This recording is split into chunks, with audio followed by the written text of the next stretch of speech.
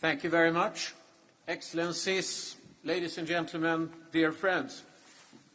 This is a very important occasion. For business to have a dialogue with you leaders is a key to build prosperous societies for all our citizens. So I really thank you for being here. Now on competitiveness, obviously we are losing ground. I think it's worthwhile remembering that in 2008, the EU and the United States had roughly the same GDP per capita.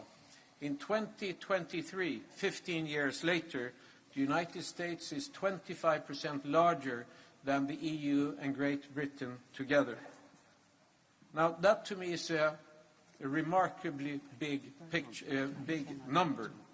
However, one should remember that the key explanation factor are the Magnificent Seven that grew at an extraordinary pace during this period.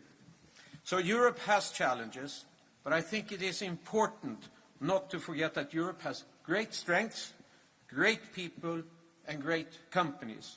We're proud, and we want to develop. We can. In my view, Europe must move from reaction to action to remain competitive, secure, and resilient. European businesses present here today are ready to act, not just with goodwill, but with concrete intent. We stand ready to invest significantly more in Europe. On average, these companies stand ready to increase their investment levels in Europe by 50% towards 2030. If all large European companies match this level of investment increase, Europe would be on track to close most of the 800 billion annual investment gap outlined by Draghi. But this hand comes with a clear message. We are ready, if you are. We need the enabling conditions to be in place. We are in a hurry, and we need that sense of urgency. We're good at innovation in Europe, but we have not created the right circumstances to allow our innovations to grow from startups to scale-ups and then to big companies. For this to happen, we must firstly channel European private capital to the innovations and stop the capital from sleeping in bank accounts or in mattresses for that matter. Remember, Sweden, Denmark and the Netherlands stand for roughly 70% of all European savings in equities.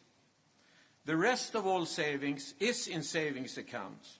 Now imagine if we unleash the financial power in our mattresses.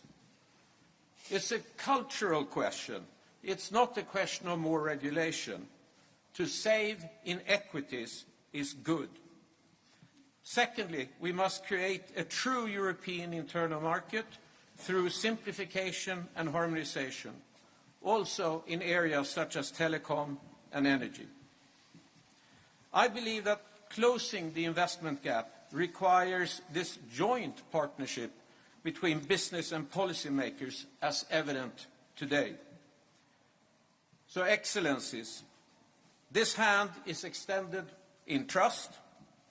If met with action, it becomes a shared commitment towards a more secure and competitive Europe. And with that, I would like to hand over the Copenhagen pledge to the Prime Minister.